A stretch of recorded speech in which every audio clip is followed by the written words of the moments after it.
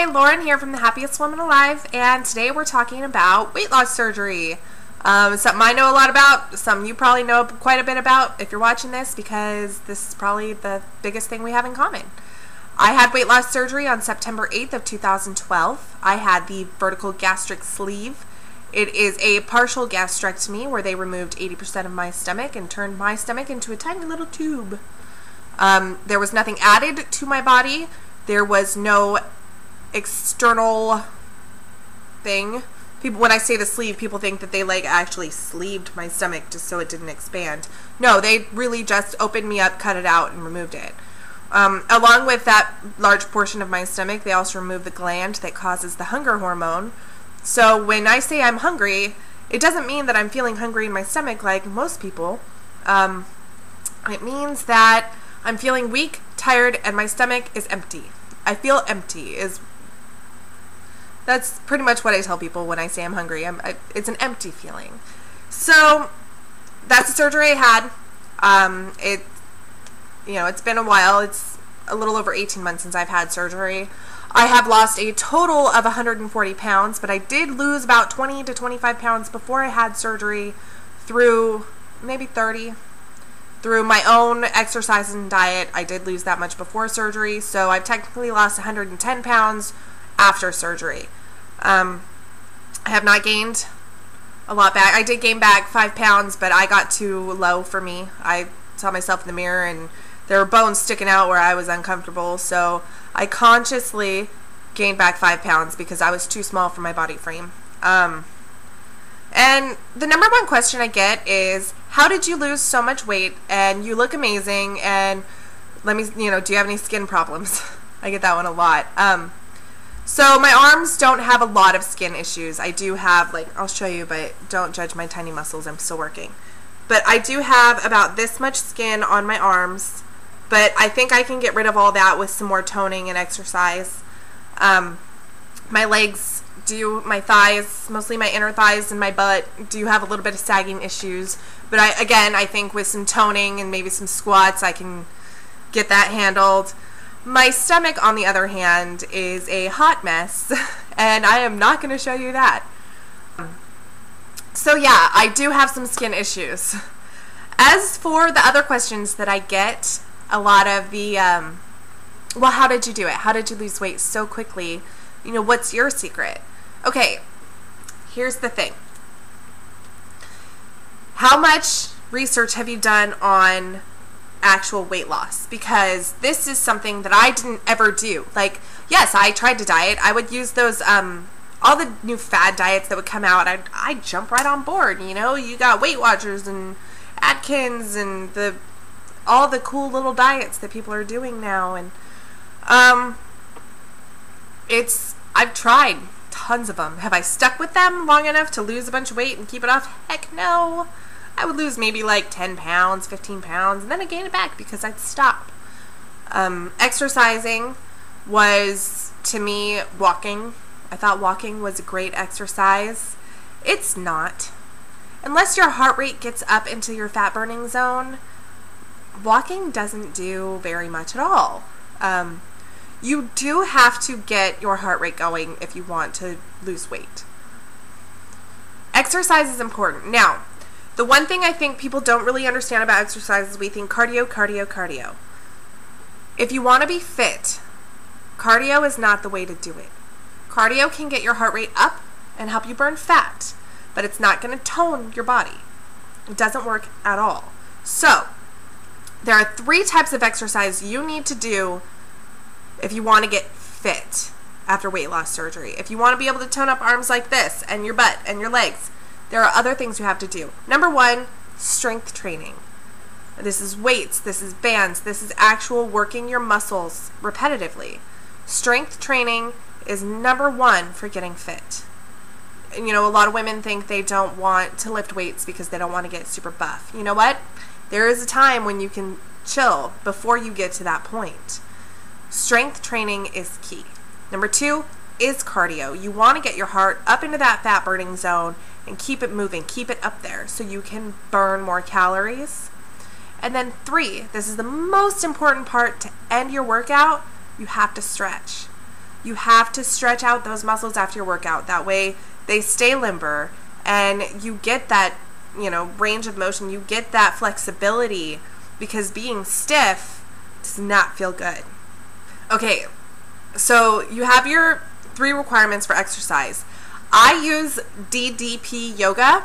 It was created by Diamond Dallas Page. He originally created this program for athletes who had sports injuries so they could still stay fit without having to do strenuous exercises. DDP Yoga is amazing in my opinion because it, number 1, is strength training to the core. Personal dynamic resistance. Doing yoga while staying flexed at all times. It's amazing. It really is amazing. DDP Yoga combines strength training. It combines cardio. With DDP Yoga, you can get your heart rate up into your fat burning zone without moving your body. I can get my heart rate up just by standing in one place. And it's amazing to be able to do that. And stretching, yoga. It's not, the logo is, it's not your mama's yoga. It really isn't. It's nothing like those Zen peaceful yoga classes. It's hardcore. It's a workout. But anyone can do it. I'm sure that if you have a Facebook, you've seen the video of Arthur Borman, the man who was a paratrooper, injured his back. He walked with crutches, and he now can do handstands. Arthur did DDP Yoga. That's how he got from where he was to where he is now. Arthur's amazing, but he's not the only one that's done it. I've done it. I went from not being able to touch my toes to being able to do positions on my stand-up paddleboard. I go out in the middle of the lake on my board and I can do yoga now. It's amazing the things I can do. I'm not fully there yet. I will be. I would love to be an instructor, so that's my goal over the next year, is to get good enough to become an instructor for DDP Yoga. I strongly believe that if you want a full workout, that's the one you do. Okay, so my rant about DDP Yoga is over.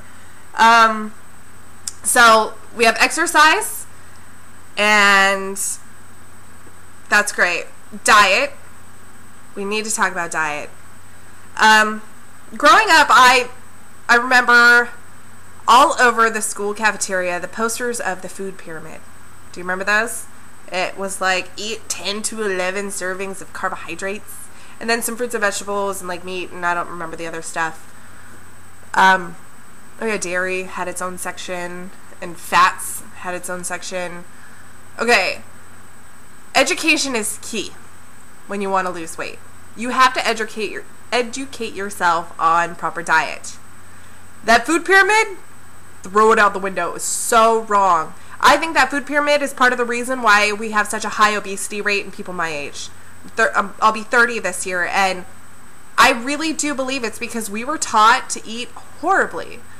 You do not need 10 servings of carbs a day. Shoot, no. Absolutely. I go maybe 2 to 3 servings a day. Here's the deal. When you want to lose weight, you need carbs, and you need protein, and you need vegetables, and you need hydration. You need all of those things. What you don't need is very fatty things. You don't need dairy. To me, dairy is a condiment. When you have weight loss surgery, it's really, really important you get your protein in, because protein is what's going to help you lose the weight. Too many carbs, that's going to make you gain the weight back. It's a balancing act. If you have diabetes, you'll understand what I'm saying. With a diabetic diet, it's a requirement that you have pretty much equal amounts of protein and carbohydrates, or your blood sugar will go out of whack. We have to imagine our bodies all in the same way. You have to balance your carbs and your protein. Never have more carbs than your protein, ever. And when you eat your protein first. So whenever, when you're feeling full, you can stop maybe even halfway through your carbs. I'm not saying you have to stop eating them. I'm saying you need to limit them. And after you have weight loss surgery, there are certain things you should probably lay off of and not eat very much of. So yeah, diet and exercise, those are 2 really, really important things. But what are we without motivation? What are we without mindfulness? How are we going to ever succeed with a weight loss, permanent weight loss, if we don't change our habits? We have to. You have to be aware of why you're choosing what you're choosing. You have to be aware of what you're eating. You have to make a point in your life to change your habits, change your attitudes, change the way that you act and react about food. Because without that, you're not going to keep the weight off permanently. I could easily go back to eating an entire block of cream cheese and Doritos sitting on the couch watching TV all day. And you know, it's mortifying for me to even admit to anyone that I could do that. I mean, it would take me all day now, but if I didn't care about my body the way I do now, I would end up back on that couch, eating a bag of chips and watching TV.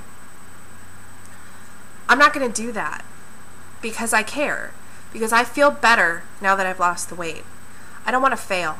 I don't want that doctor who looked at me and told me that even if I had surgery, I'd gain the weight back and that I needed to learn to put the fork down. I am not going to prove him right. I'm not, because I'm better than that. I have a reason to be healthy, and it's to live a long and happy and healthy life with my kids. Being morbidly obese made me miserable. Being healthy and active feels so good. I'm not going to give that up for food. So yeah, there are 3 things that you need to be successful with weight loss surgery. You need to diet. You need to exercise. But you need to be mindful. You need to forgive yourself when you make mistakes. You need to consciously make food choices. You need to avoid running on unconscious, subconscious autopilot. You need to avoid going back to old habits. This is my goal as a life coach, is to teach other people who have this surgery how to make these conscious choices to change their lives, so they don't have to suffer by gaining the weight back. So you don't start drinking soda again. So you don't start eating fast food on a daily basis again. You don't need that. You can change your life, and there is a way that you can do it, and I can teach you. But number 1, the way to do it is being mindful, being consciously aware of how you're treating your body. Your body is your temple, and it deserves to be worshipped. I treat my body the way that I would want to treat anyone else. This is what's keeping me alive. It's like my vehicle. This is my flesh. This is what keeps me moving on this earth. The second I stop taking care of it, I could die. Because when I was almost 300 pounds, I was not healthy. I could have died. My asthma was so bad that I would lay in a hospital bed with my oxygen levels at 87, 86. I've been low as 85. Because I wasn't taking care of my body. I'm not going to do that to myself anymore. So, this is what we're going to do. We're going to take care of ourselves. We're going to love ourselves. We're going to forgive ourselves for our mistakes. And we're going to do everything we can to be healthy.